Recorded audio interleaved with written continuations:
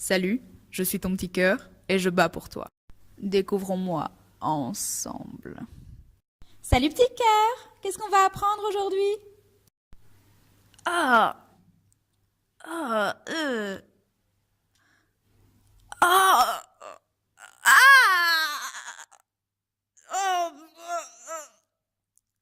Non mais c'est possible ça! C'est pas possible. Non, en vrai le cœur pour battre a besoin d'être alimenté. Un peu comme ça quoi. Oh, c'est drôlement beau, Jamie. Coupe-moi ça. C'est rien, c'est un cœur qui bat.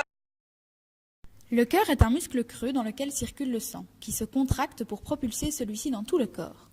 À chaque contraction, tu sens ton cœur battre. C'est un organe vital. Sans cœur, on ne peut pas vivre. Wow. Sans cœur, le sang ne pourrait pas circuler dans ton corps. Le pouls, c'est la pulsation que tu peux sentir en touchant une artère. Par exemple, en appuyant ton doigt contre l'intérieur de ton poignet. Vas-y, essaye. Tu peux alors percevoir une sensation de battement qui correspond au mouvement du sang, propulsé dans tes artères à chaque contraction du cœur. La fréquence cardiaque est le nombre de battements du cœur par minute. Selon les espèces animales, la fréquence cardiaque est très inégale. Chez l'humain adulte, par exemple, la fréquence cardiaque se situe entre 50 et 80 pulsations par minute. Chez la baleine, la fréquence cardiaque est inférieure à 20 pulsations par minute. Chez la souris, la fréquence cardiaque est de 500 à 600 pulsations par minute. Enfin, chez le chat, la fréquence cardiaque est de 110 à 130 pulsations par minute. Toutefois, la fréquence cardiaque augmente lorsqu'on fait par exemple de l'exercice physique. Lors de l'activité physique, le cerveau envoie des signaux au cœur, qui augmentent ses pulsations par minute pour mieux oxygéner les différentes parties du corps. Si on court, nos muscles travaillent davantage. Alors, le sang circule plus vite pour apporter plus de nutriments aux muscles. Notre petit cœur, c'est un organe super fort en fait. je suis trop fort. Le système circulatoire humain est long de plus de 96 540 km. Cette distance représente plus de 2 fois le tour de la Terre. Je suis trop badass. Voici comment fonctionne le cœur. À chaque contraction, il propulse du sang dans les artères. Le cœur possède un côté droit et un côté gauche. Le côté droit ressent le sang pauvre en oxygène, et le côté gauche, le sang riche en oxygène, grâce à son passage par les poumons. Chaque contraction propulse le sang dans les artères. Au cours d'un battement normal du cœur, le sang pauvre en oxygène, envoyé par les organes, pénètre dans l'oreillette droite par la veine cave.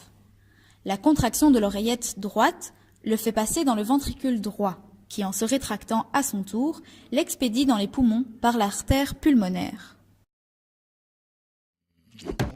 Après son passage dans les cavités des alvéoles pulmonaires, le sang est enrichi en oxygène et débarrassé de ses déchets.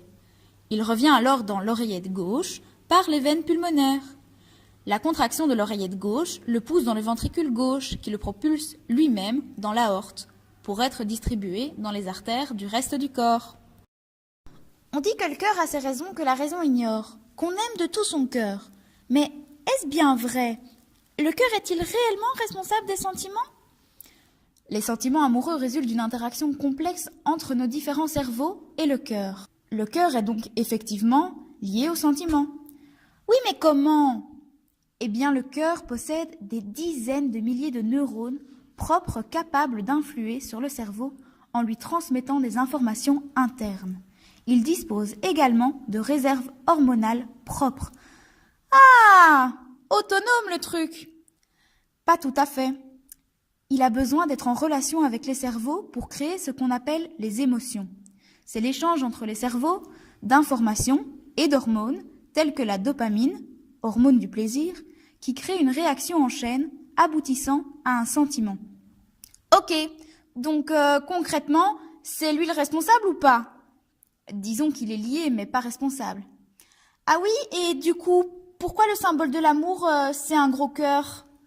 Le cœur est inspiré de la feuille de lierre. Le lierre symbolise l'attachement, avec ses racines à crampons, et l'éternité car il ne perd pas ses feuilles en hiver. Colorée en rouge, la feuille de lierre devient un petit cœur, symbole d'un amour solide et durable. Ah oui, vu comme ça? Pour connaître la taille de votre cœur, faites un point. Un cœur adulte fait environ 2 points, alors qu'un cœur d'enfant n'en fait qu'un. Le son de tambour produit par le cœur est causé par 4 valves cardiaques qui s'ouvrent et se ferment dans un ordre précis.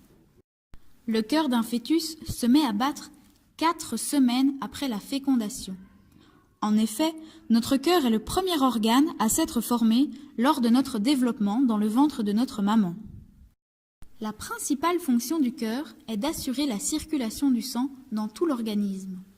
Le débit du cœur, c'est-à-dire le volume de sang qui passe par le cœur en 1 minute, est de 5 litres environ chez l'adulte.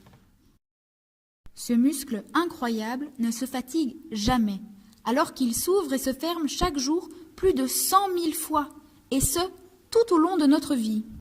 Le cœur humain pèse en moyenne 330 grammes, soit le poids d'un pot de confiture. À titre de comparaison, le cœur d'une baleine pèse en moyenne 600 kilos. Un cœur n'a pas besoin d'un corps humain pour vivre, mais uniquement d'oxygène. On peut donc le maintenir grâce à une pompe artificielle. Et voilà, c'est ici que se termine cette vidéo. J'espère que vous avez appris plein de choses et que vous l'avez appréciée.